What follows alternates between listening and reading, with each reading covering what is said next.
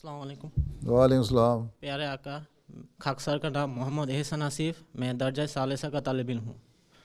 حضور، میرا سوال یہ ہے کہ معاشرے میں عموماً دو قسم کے لوگ ہوتے ہیں۔ اول، جن کو مذہب سے کوئی دلچسپی نہیں، دوم، جن کو دلچسپی تو ہے لیکن وہ مذہبی شدت پسند ہے۔ حضور، ہم ان لوگوں کو کیسے تبلیغ کر سکتے ہیں؟ مذہب سے جن کو دلچسپی نہیں وہ مادیت پرست ہو چکے۔ آج کل دنیا میں بڑی تعداد جو ہے اس کو مذہب سے دلچسپی نہیں رہی، اور اس میں سے بھی ایک دنیا کے جو یورپین ممالک ہیں یا دوسرے مذاہب کے لوگ ہیں، مسلمانوں میں اظہار کم ہے لیکن عملاً ان کا بھی یہی حال ہے، لیکن دوسرے لوگ جو ہیں دوسرے مذاہب کے لوگ وہ اظہار بھی کر دیتے ہیں کہ وہ خدا تعالیٰ کو نہیں مانتے۔ اس لیے دہریت زیادہ پھیل رہی ہے، دہریوں کی تعداد بڑھ رہی ہے دنیا میں۔ دوسرے رہ گئے مسلمان، وہ لوگ جو اپنے آپ کو مذہبی کہلاتے ہیں، یا عیسائی وہ لوگ جو اپنے آپ کو مذہبی کہلاتے ہیں لیکن مذہب سے دلچسپی نہیں ہے، کیونکہ مذہبی تعلیم سے دلچسپی نہیں ہے، وہ اور مادیت میں ڈوبے ہوئے ہیں، اور دنیا داری ان پر غالب آ گئی ہے، اور یہی آخری زمانے کی حالات کا نقشہ کھینچا تھا حضرت صلی اللہ علیہ وسلم نے، اور اسی آخری زمانے کی حالات کو نقشہ جب کھینچا تھا تو اس میں اس وقت مسیح موعود نے آنا تھا، اور انہی لوگوں کے لیے سورہ جمعہ میں آیات نازل ہوئی تھیں، اور یہودیوں کی مثال دے کے کہا گیا تھا کہ وہ دیکھو تم لوگ ویسے نہ ہو جانا۔ اور آخری جو 3 آیات ہیں سورہ جمعہ کی آخری رکوع کی جو 3 آیات ہیں اس میں یہی بنایا کہ چھوڑ دیتے ہیں، دنیا داری میں پڑے ہوئے ہیں اور نمازیں اور عبادتیں چھوڑ کے بیٹھے ہوئے ہیں۔ پھر یہ تو پہلی قسم کے لوگوں کی 2 قسمیں ہو گئیں، اور تیسری قسم یہ ہے جو شدت پسند ہو گئے۔ اب شدت پسندی بھی جو تھی حضرت مسیح علیہ السلام کی آمد سے پہلے تو مسلمان اسلام کو بھول چکے تھے، اسی لیے عیسائیوں نے یہاں آ کے پاکستان میں جو سب کانٹیننٹ ہے، بنگلہ دیش، ہندوستان اور پاکستان، اس میں تبلیغ کی، اور 30 لاکھ مسلمانوں کو عیسائی بنا لیا۔ بڑے بڑے پادری مسلمان مولوی جو تھے وہ عیسائی ہو گئے، کیونکہ اسلامی تعلیم نہیں تھی۔ حضرت مسیح علیہ السلام نے آ کے ان کو تھوڑا سا ابھارا۔ اب حضرت مسیح موعود کی مخالفت میں جب یہ اٹھے تو پھر انہوں نے ایک لہر اسلام کے حق میں تو پیدا کر لی اپنے اندر ایک طبقے میں، لیکن ساتھ ہی شدت پسندی بھی پیدا کر لی۔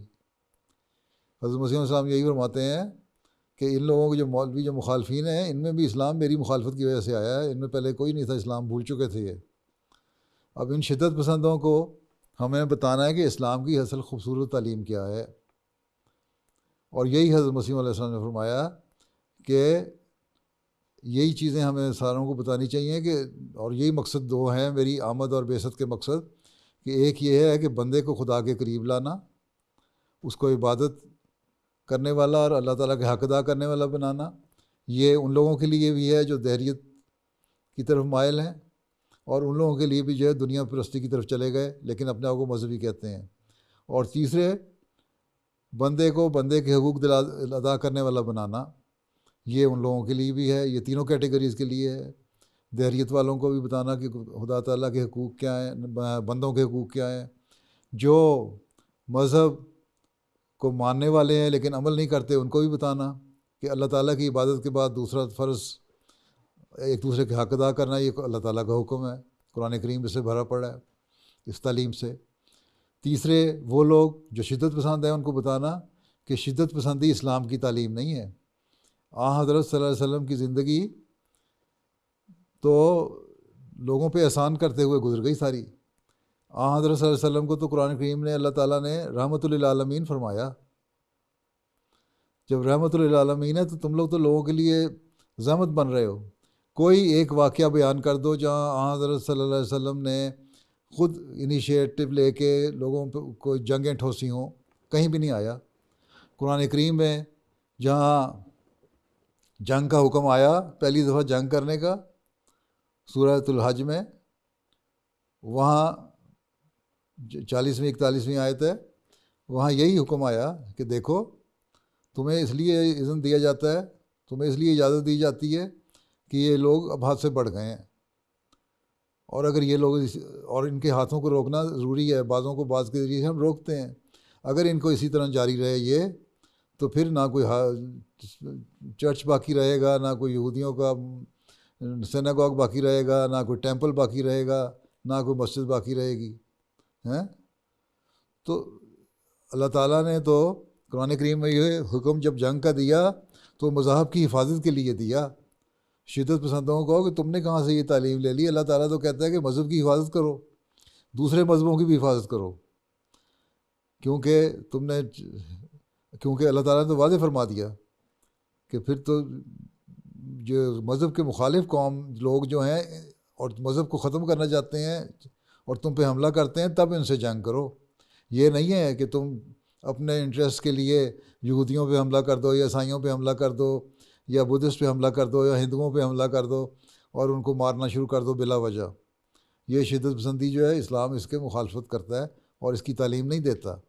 حضرت صلی اللہ علیہ وسلم کی ہمیں زندگی اس پر گواہ ہے کہ آپ نے کوئی ایسی بات نہیں کی اور ہمیشہ لوگوں کو معاف فرمایا، اور آپ کی معافی کا ہی ہم نظارہ دیکھتے ہیں فتح مکہ کے بعد بھی۔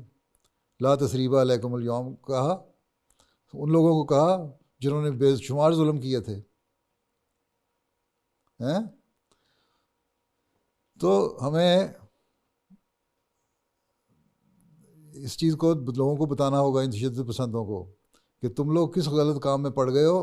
حضرت صلی اللہ علیہ وسلم کی تو تعلیم نہیں تھی، بعض شدت پسند نہیں سننا چاہتے، لیکن اس کے لیے ایک لمبا وقفہ چاہیے، تعلقات چاہیے، اپنے ذاتی تعلقات ان سے بنائیں، ان کے پاس بیٹھیں، ان کو قائل کریں، پھر یہ سنیں گے۔